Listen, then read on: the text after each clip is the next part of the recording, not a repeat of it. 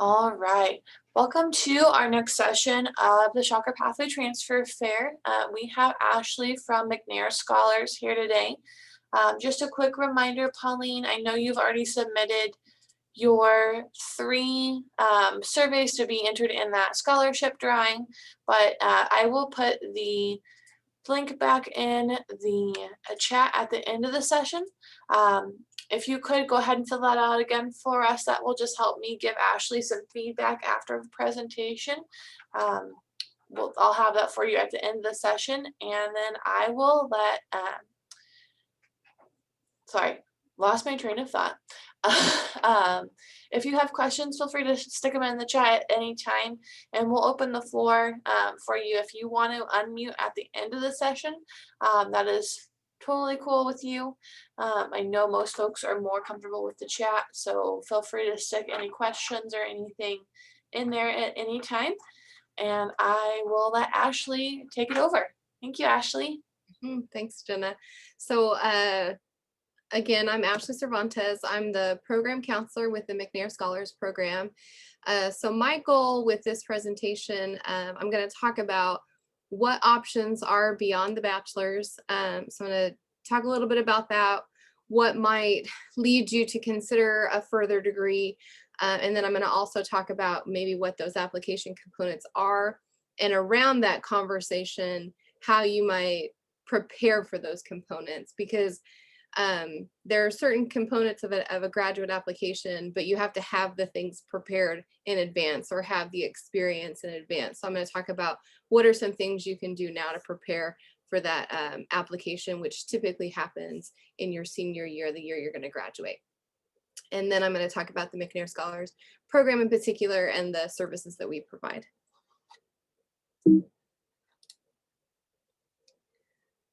So before you embark on the decision to pursue a graduate degree, you want to really kind of explore what career you want, what kind of degree do you need? So do you need an advanced degree? There are different types of graduate programs. So there's master's programs and doctoral programs. And then they all have their own different letters. So there's Masters of Education, Masters of Science, Masters of Art. And then there are different doctoral degrees. There's more doctoral degrees than what I have listed, but the main 2 are a doctoral degree in education and then the philosophy, the PhD. There's also Juris Doctorate, medical doctorate, of course, but the ones we focus on in the McNair program are the EDD and the PhD. Similar to your undergraduate education, you also want to think about how you're going to fund your degree. Oftentimes there are different mechanisms to fund graduate degrees, like graduate assistantships or research assistantships. So when you're looking and exploring your options for specific graduate programs, you want to also consider what funding mechanisms they offer. There could be departmental scholarships, so similar to the undergraduate, but there are also different fellowships and assistantships where you can help teach or help a faculty member research, and in return you often will have some amount of tuition waived, and then a stipend also, depending on how generous the program is. You also want to think about what are the advantages an advanced degree might give you, and that might influence your decision about whether you can pursue that. So exploring your own field, what types of positions and salaries are you eligible for at the bachelor's level, and what can that graduate degree do for you? And that's pretty personal as far as looking at your specific field. And then figuring out what are your personal chances of entering and successfully completing a degree. A lot of times that's personal, but it could be also experiences that you've gained. However, depending on where you are in your program, there are a lot of things that you can do to make yourself more competitive. So sometimes that reflection can prompt you to implement new things to be able to get that experience to make yourself competitive. So once you've decided that graduate school is what you want to do, you want a master's degree, you want a doctoral degree, the next step is to figure out, well, how do you get there? So depending on your degree, programs want to see, do you have the potential to conduct scientific research?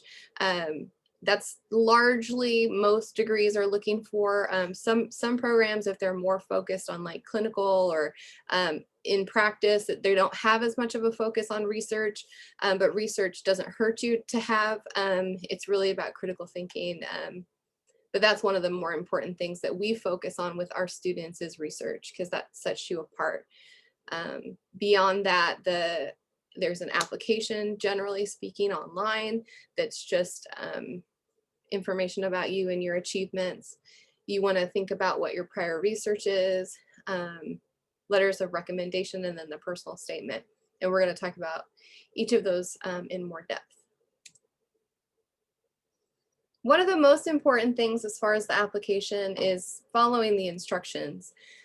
So if they ask you to provide all of your information from every college, then you do that. Even if you just took one course at a community college, you still have to track down that transcript, but following all the directions. If they ask you to talk about what your research goals are in the personal statement, then it would be inappropriate to talk about your personal history. So following the directions, usually they'll tell you something about what they want.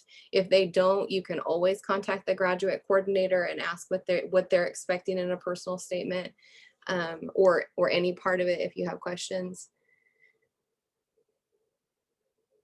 If it's paper-based, you want to type it, you don't want to write it in. Most of the time that's not what's happening. Usually it is all online. And then you want to focus on what entrance exam scores you might need. And that largely is discipline specific. So you want to figure out what entrance exams you need.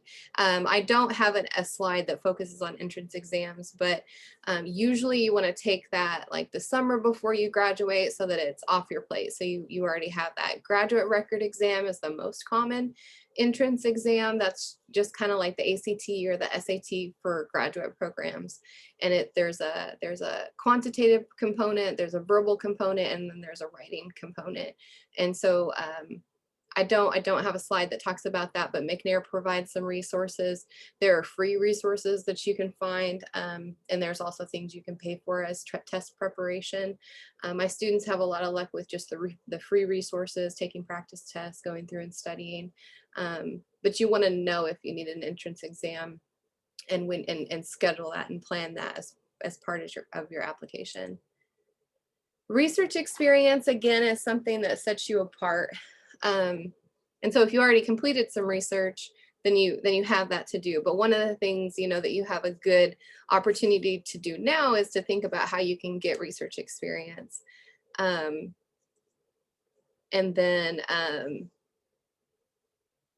if you don't get that experience by the time you graduate, there are other things that you can do to kind of demonstrate your ability to conduct research. So if you get a faculty member to write that in your letter, or otherwise demonstrate your research interests, that can demonstrate your potential for research. But research is pretty important. To kind of underline that, I'm going to share a testimonial from a former McNair Scholar on her experiences with McNair and with research in particular.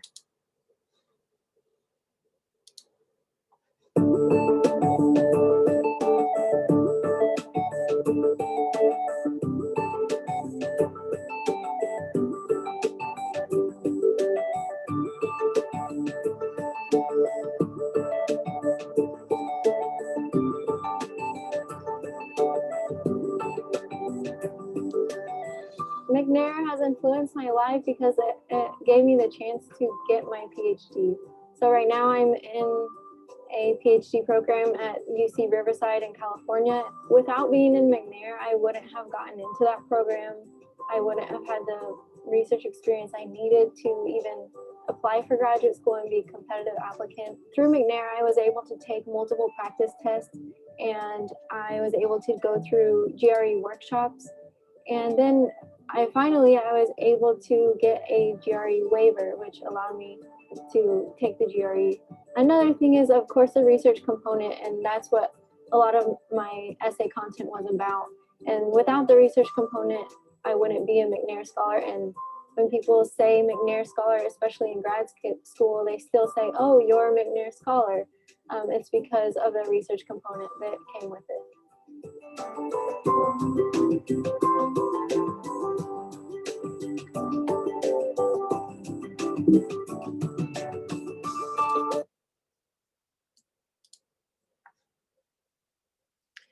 So that's was Martina's take on her experiences with research. It's, you know, you have the opportunity through McNair to design your own research project or work with a faculty member to conduct a research project that they might be working on. You can hop on theirs, and then you have the opportunity to present your research, to type up your research document. We have a in-house journal that students have the opportunity to get published in. There are other opportunities at Wichita State to do undergraduate research. Oftentimes, I mean, even outside of McNair. So there's undergraduate creative activity grants that fund research. There are lots of different research opportunities that you can consider participating in. Some of my students, I recommend that they just reach out to a faculty member who is maybe researching something that they're interested in. And oftentimes they'll take you on. Sometimes they'll want you to like get some kind of funding mechanism like that undergraduate research grant here at Wichita State, but there are other opportunities that you can look into for funding also. And then some faculty might have a funded project that they can just kind of fold you into. But you know, you can always reach out and see about that if that's something you're interested in. I don't have a slide on this either, but you know, applied experience in your discipline is also kind of on par with research. So if you're interested in something specific that, you know, something professional, if you want to do something and you can get an internship or something like that, you know, you can also include that type of stuff in your personal statement, certainly on your, you know, your resume, and, you know, you want to hype that up as far as your applications go. So research and applied experience are all pretty important to prove that you can be successful at the graduate level. Letters of recommendation are another key component to the graduate application that you just can't get overnight. You have to build the relationship. So we tell students to ask for a strong letter of recommendation, but in order to get a strong letter, you have to have a strong relationship with that faculty member. And it's important to ask for a strong letter so that they can say no. You know, it's not that I wouldn't write you any letter, but I can't commit to you that I will write you a strong letter. And, you know, it's better that they say no to you than that they write you a letter that's weak. So you want to ask them for a strong letter. And part of the preparation that it comes in to get those letters is developing those relationships. So it's not enough just to sit in class and do well. You know, you want to engage with your faculty so that they remember you, so that they know you. You know that you want a graduate degree, so share that information with your faculty. Oftentimes, you know, they'll remember you and they'll do what they can to help you. As you get closer to the actual application process, you want to let the people who are writing you recommendation letters know everything that they need to know to be successful to write that letter. So you want to give them their due dates. The first thing on there is a pre-addressed stamped envelope. That's not necessarily needed these days. Most of the times they'll get a link through your online application. It'll just automatically send out a link to them and they'll upload it. But if your programs did need a hard copy, you know, it's nice to be able to give them a pre-addressed stamped envelope so that all they have to do is stick the letter in. You want to give the people who are writing your letters all the due dates.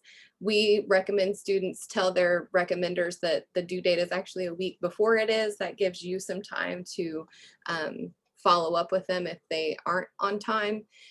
You want to provide your resume or your curriculum vitae and any other application materials that can help them write that letter. And then you want to send them reminders periodically. Talking to the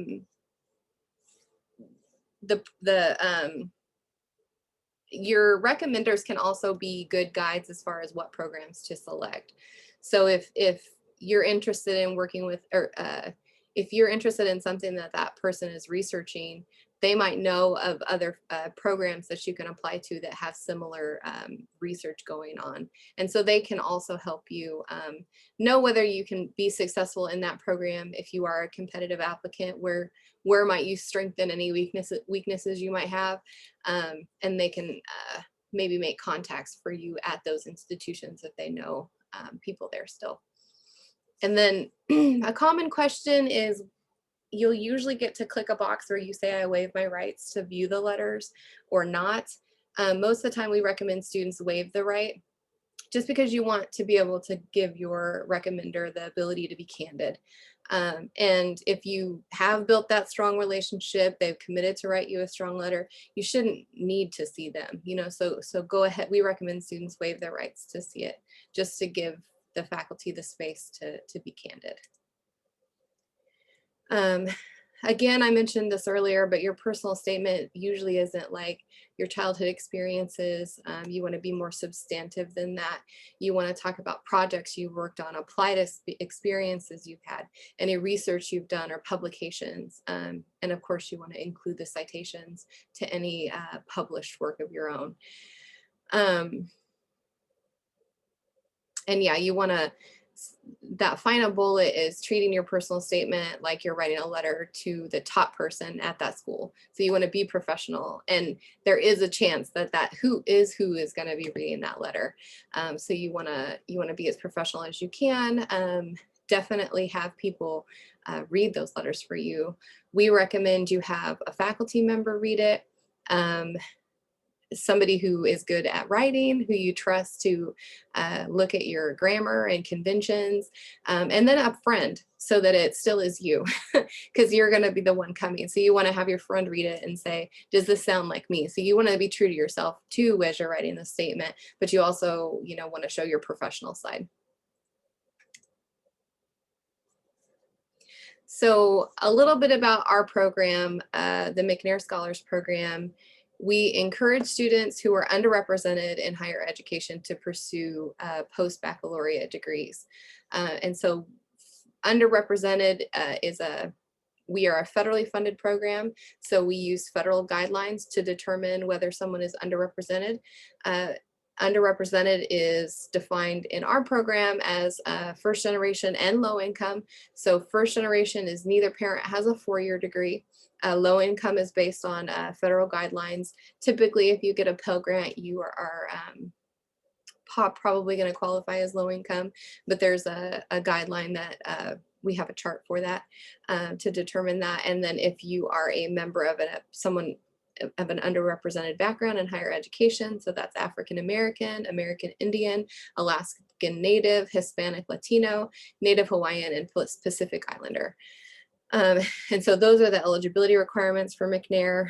And then we provide services that help students prepare at the undergraduate level to be competitive applicants and enter graduate programs specifically focused on doctoral attainment.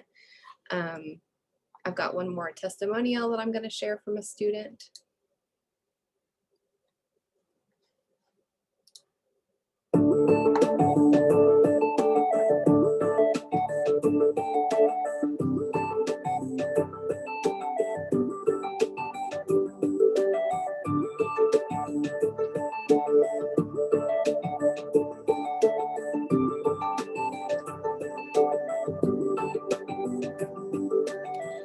McNair has influenced my life in lots of different ways. I'm going to try not to get teary-eyed here, but I truly believe that TRIO works. And if it wasn't for the McNair Scholars program, I don't know if I would be where I'm at today. The biggest benefit of the McNair Scholars program, I think for me, has been able to meet other people who are like me. First generation college students who had no role models or really an understanding of what college even meant, let alone getting a second, post-secondary education of going on to a master's or a doctoral program. The McNair Scholars program allowed me to see that I was more and I could reach more. and gave me an opportunity and a platform to do that. When people ask how I got here, I always say that my doctoral degree is shared with my family and the McNair Scholars program because they truly allowed me to get here.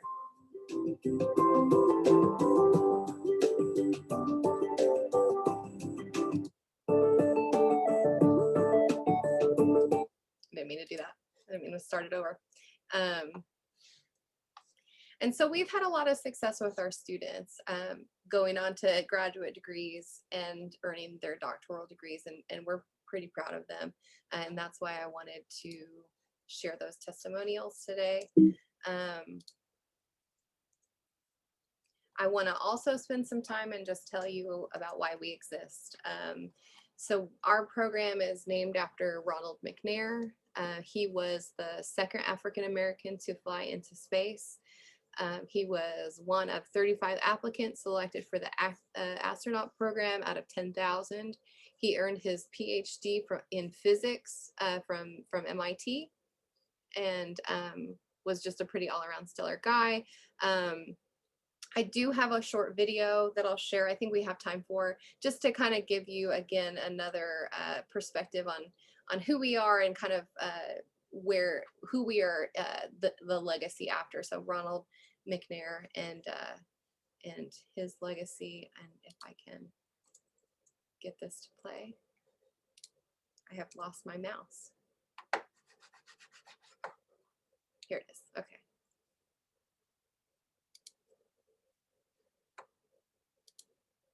Writing's not that easy, but Grammarly can help. This Sorry. sentence is grammatically correct.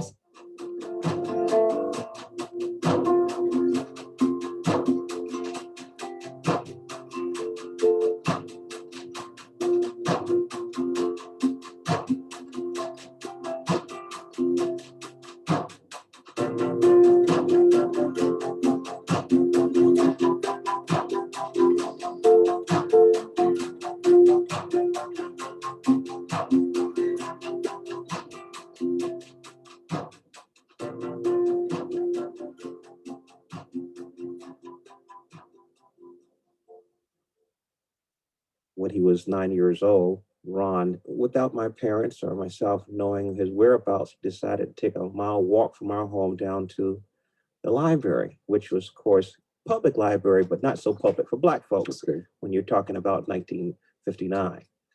So as he was walking in there, all these folks were staring at him because they were white folk only, and they were looking at him and said, you know, who's this Negro? So he politely positioned himself in line to check out his books. Well, this librarian, she says, this library is not for coloreds. He said, well, I would like to check out these books. She says, young man, if you don't leave this library right now, I'm going to call the police. So he just propped himself up on the counter and sat there and said, I'll wait. So she called the police and subsequently called my mother. Police came down, two burly guys come in and say, well, where's the disturbance? And she pointed to the little 9-year-old boy sitting up on the counter. He says, man, what's the problem? So my mother, in the meanwhile, she was called. She comes down there praying the whole way there. Lord Jesus, please don't let them put my child in jail. And my mother asked the librarian, what's the problem? Well, he wanted to check out the books. And you know, your son shouldn't be down here. And the police officer said, you know, why don't you just give the kid the books? And my mother said, he'll take good care of them. And reluctantly, the librarian gave Ron the books. And my mother said, what do you say? He said, thank you, ma'am. Later on, as youngsters, a show came on TV called Star Trek. Now, Star Trek showed the future where there were Black folk and white folk working together. And I looked at it as science fiction because that wasn't going to happen, really. But Ronald saw it as science possibility. Mm-hmm. You know, he came up during a time when there was Neil Armstrong and all of those guys. So how was a colored boy from South Carolina wearing glasses, never flew a plane, how was he going to become an astronaut? But Ron was the one who didn't accept societal norms as being his norm. And that was for other people. And he got to be aboard his own Starship Enterprise.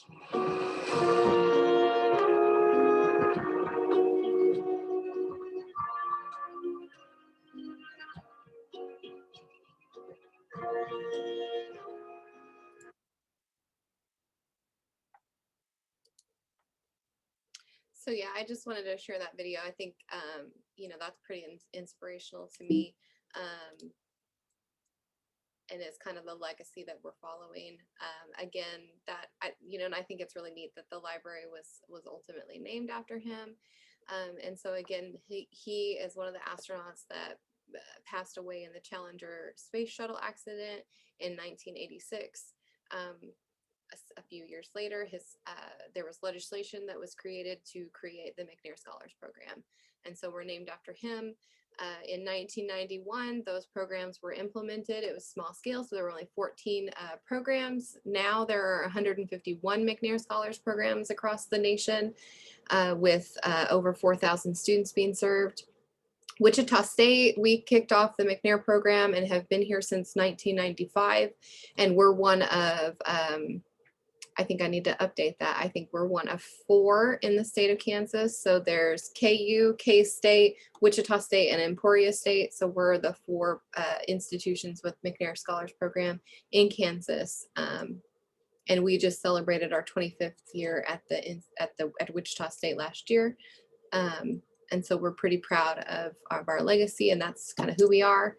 The program benefits that as students in the McNair program received are professional development activities, mentorship, ongoing advising.